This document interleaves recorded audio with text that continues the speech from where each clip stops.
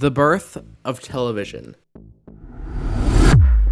Television, or TV for short, turned the entire prospect of watching things from a spectacle to a common occurrence. Anybody now could watch things in the comfort of their own home, and with this newfound demand came the need for new supplies. We see the birth of major TV broadcast networks, NBC, followed by CBS, and later ABC. Each would emerge as the big three. And from that day, there would be a competition to see how many eyes you can draw into your programming. By the time of the 1960s, most families had a television set, and with the Second World War being over, we get a baby boom for these families. Babies eventually grow up to become children, and children are nuisances to families that weren't fully expecting to have a living person that they had to take care of. So, the next natural trend, why don't we pair up the new thing with the other new thing? And that's the start of the marketing that is children's television. Now, at the time, children were seen as a lucrative market, except for one crucial factor: kids don't have money. And because of the fact that child labor is rightfully so regulated, there's also very few major broadcasters, and it never really made sense to go strictly for a child audience. So, when trying to appeal to kids, children's entertainment got shuffled to certain hours of the week. When deciding which hours to play to kids, the companies in charge had two major choices: Saturday or Sunday. Oh, wait. Most children have school on Sunday too. Get this, it's called Sunday School. With Saturday morning selected, the major channels had a desire to fill schedules with children's programming, and this leads to a gold rush for a bunch of people trying to break into the market. Among this crowd was a partnership founded in 1960 between Arthur Rankin Jr. and Jules Bass, known as Videocraft. But you're probably asking yourself, who are Rankin and Bass?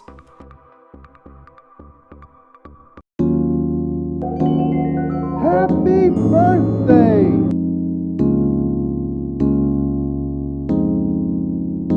Silver and gold!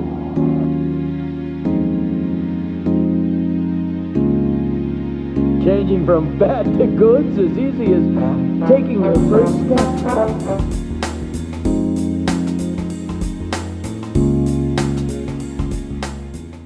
Arthur Rankin Jr. was born in New York City on July 19, 1924.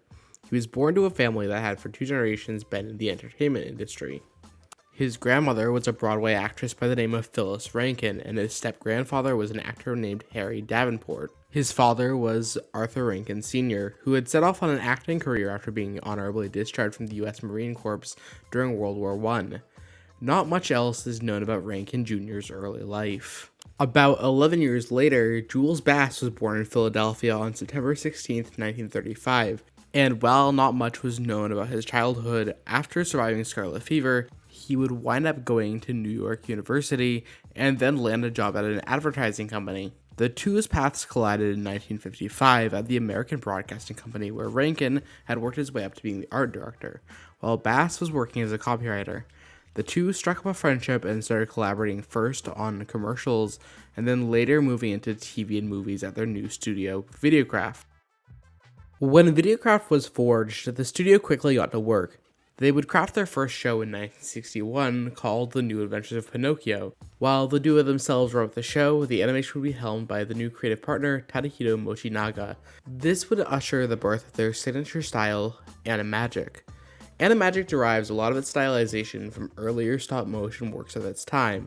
Think the works of Art Clokey, aka Davy and Goliath, or more famously, Gumby.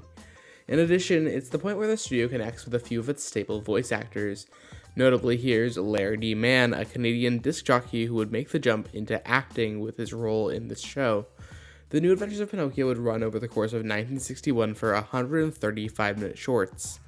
Following the success of Pinocchio, the studio would partner with Canadian studio Crowley Films for their new 2D animated series, Tales of the Wizard of Oz.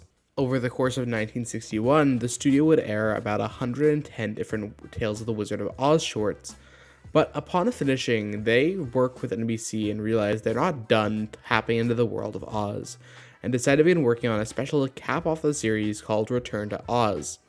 Around this time, NBC also asks for them to help out with a major project they've had in the works, an adaptation of one of the Christmas holiday's most famous songs, Rudolph the Red-Nosed Reindeer. But we have to talk about Oz before we can get to Rudolph. On February 9th, 1964, Rankin and Bass releases onto the National Broadcasting Company. Hold it! So, this is the part of the retrospective where we really flip to the other side of the coin. Now, this project's not like a defunct land where it's more a purely historical look. It's also a review of every single one of the Rankin and Bass canon specials. And I know that seems wild, but by the end of the series, there's 41 of these things that I've watched with the explicit purpose of this project. And I can't really find it in my power to give a mere 10 words or less on these, because there's a lot more to them than that. So, welcome to the other side of the project, folks.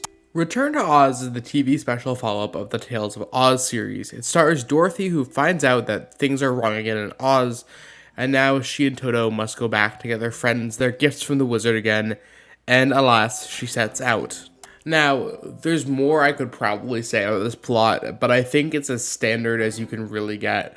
And I'm not gonna lie, this one's pretty cute. As simple as the art style is, for an Oz cartoon, it works effectively. I also like that within the Rankin and Bass Oz universe, they give every character their own names. The Scarecrow, Socrates, the Tin Man, Rusty, and the Cowardly Lion, Dandy. The voice actors would also be staples for several specials, and normally I'd go through individually on each of the voice actors, but the Rankin and Bass project is pretty massive, and I think that warrants its own sort of leg or journey at some later date. Now, the big thing to think about with Return to Oz, if you're above the age of like 5, 6, maybe 7, I don't think you're going to enjoy it. And I know it's so often battled about the age gate within animation, but it's one of the things that I want you to know we're going to be dealing with as we battle the retrospective.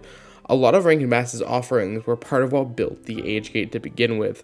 Animation pumped out primarily for kids to have something to watch in the age where there wasn't much, so you appeal to the youngest audience.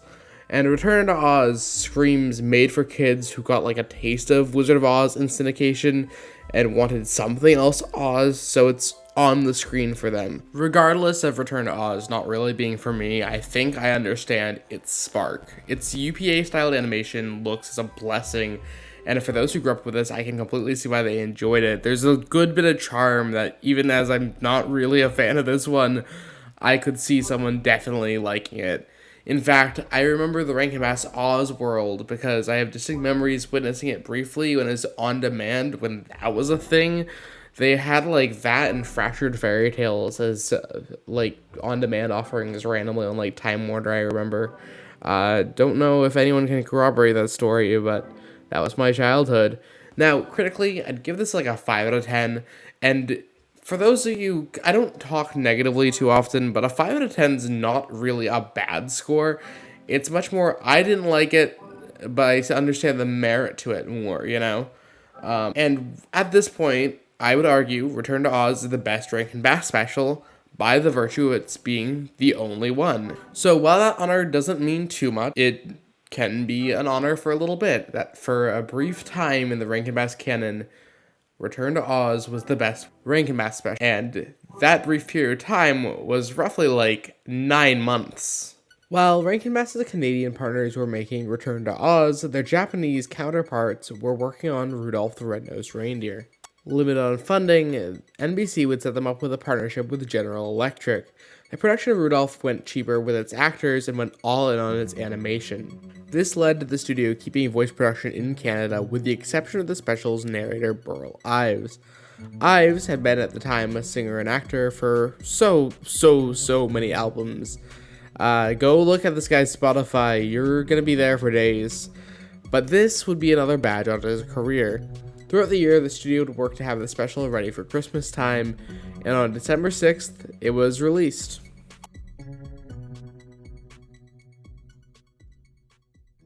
So, without a doubt, this is the big one. If you haven't seen Rudolph, that's shocking. Rudolph has been arguably the single most popular Christmas film of all time, and to the point, I think I watched it most Christmases growing up. It's without a question a member of the Rankin and Bass Big Three, which would be followed by Frosty the Snowman and later Santa Claus is Coming to Town, and it earns its rank in that pantheon. I'm once again not really diving into story details because if you don't know Rudolph, you probably did not choose to watch this video. Comment in the comments if you did not watch Rudolph. We can have a lovely little conversation there. Instead, we want to focus on Rudolph's impact, what's good and what's not. Starting off with the good, Rudolph as a special winds up really stylized. The reindeer and elves have genuinely such iconic designs here, and even as other characters would eventually come back, they hit the bullseye on the head with everyone except for like Santa Claus and Mrs. Claus. And I think while Santa's design's good, they only really nail is when we get to the Santa Claus specials with Santa Claus coming to town. The art design, though, of this film is part of what genuinely makes it iconic. Things here feel simple but very, and it's what has allowed it to entrench itself within our Christmas pantheon. One of the biggest standouts here is the music. Johnny Marks is the composer who made the original Rudolph song, and he's back doing a lot of the music for this, while Burl Ives takes over the host of the singing duty on several of the songs. And I think I just want to run through the highlights of the songs here. There's Always Tomorrow is Clarice's song. It's a very lovely little love ballad for her to Rudolph. Another song that's kind of weak, but I loved, is We're a Couple of Misfits. I think it's one of the weaker songs in the film, but I remember liking it so much as a kid that I'd literally call into my local radio station and request it. That's what life was like before Spotify. Also, I want to make this a note. This is one of the few songs from Rudolph that actually comes back. We'll get to that down the line, but by the end of the Rankin And Bass verse, the song's going to be played again. Following this up, Silver and Gold is Yukon Cornelius's sort of theme song, I guess. Burl Ives' vocals make it rather soothing, and to this point, of the original songs that aren't Holly Jolly Christmas and Rudolph, which are the two breakouts, this is the most played one on Spotify, so I think it's very popular, and it's fitting because I think Yukon's probably one of the most popular characters in the special. When the plot gets to the Island of Misfit Toys, we get the song The Most Wonderful Day of the Year, and it has some really great chorus work. On a side note, most of the choruses in these Rankin And Bass productions do a great job.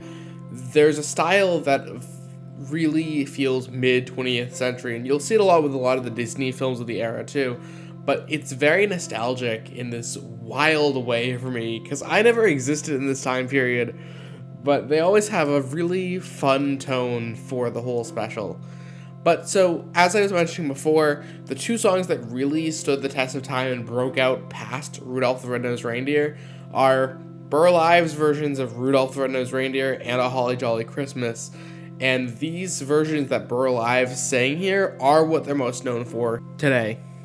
One of the other categories that I think Rudolph's really fun with is the specials characters. Rudolph, Hermie, Yukon, Clarice, and the Bumble wind up serving as characters that really get established here, and they're not really just kept to this special. They've entered the pop culture zeitgeist from Rudolph. Sure, from the special of Rudolph winds up the breakout star, but in commercials that come to emulate the original special sense, so many of the other characters make a comeback, and I think a lot of the connections wind up being based on their vibes rather than any semblance of depth in these characters, because they're cookie cutters, dare I argue, Christmas cookie cutters. I think one of the things with Rankin And Bass as we go through their specials is that so many of their characters run on a familiarity with their archetype. Rarely does anyone really have more to them than their vibe, their drive, which is usually true if you watch the Rankin And Bass canon and understand where these patterns are on paper, and it's down to the hero, their friends, and the ones who oppose them, which I'm not knocking as a writing convention. This is how you can boil most stories down. But the thing with this is it's media aimed for all audiences, so not much complexity is within these principles. If these stories by chance were more overcomplicated, it would wind up keeping them out of the hands of those who would benefit from their messages the most. The message of any given piece of media is arguably the most important thing it's trying to say. What you want to say about culture as a whole, or what you're not trying to say, is important. And I think the intended message of Rudolph is your differences are your strengths, so embrace them.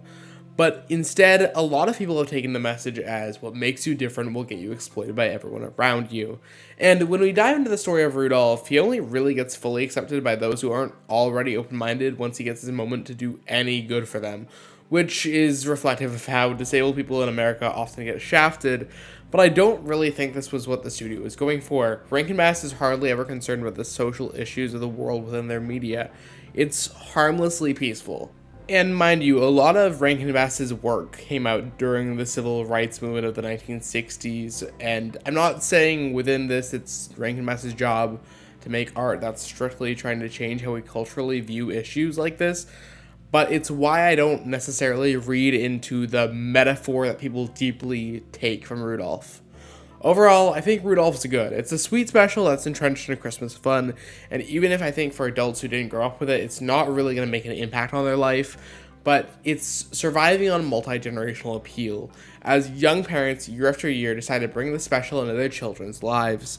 And within these qualifications, this one's genuinely good. It's like a 7 out of 10, and so far, it's my number one special. But even as Rudolph had wound up a colossal success, the cracks in the Rankin Bass formula were ever so apparent.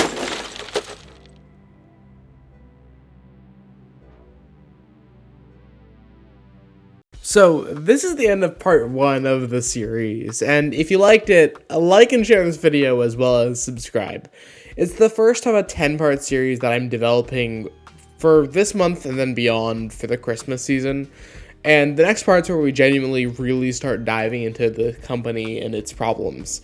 And if you want to hear my raw thoughts on everything in an under-edited podcast format, I released a ramble on my new Patreon where you can hear my thoughts on everything for about as little as $1 a month.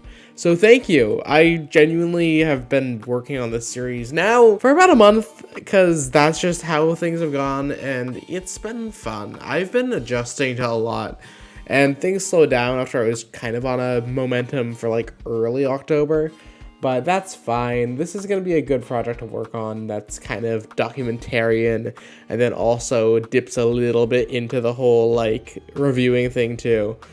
I think the closest thing to it, right, it's like taking the Defunct Land style of history with any one of the marathon reviewers, like, review format more so, you know? And I think that's something that's not really been done too much before, and something that's needed for Rankin Bass as a company, because I think what's fascinating behind them isn't just how things were made, but also how they impacted and how things move on. But, yeah, so that's the first episode. Stay tuned, and the next one's going to be coming out hopefully by the end of November also. This one's coming out hopefully either the 20th or like the 22nd. It's going to happen soon. And then we can, after those two this month, hopefully get out 3 or 4 the next month. And then we're going to move into the new year and work on doing more videos. I love this. I love you all, actually. This is a really great, fun hobby of mine. Okay, I've rambled for enough. Take care, guys. Bye.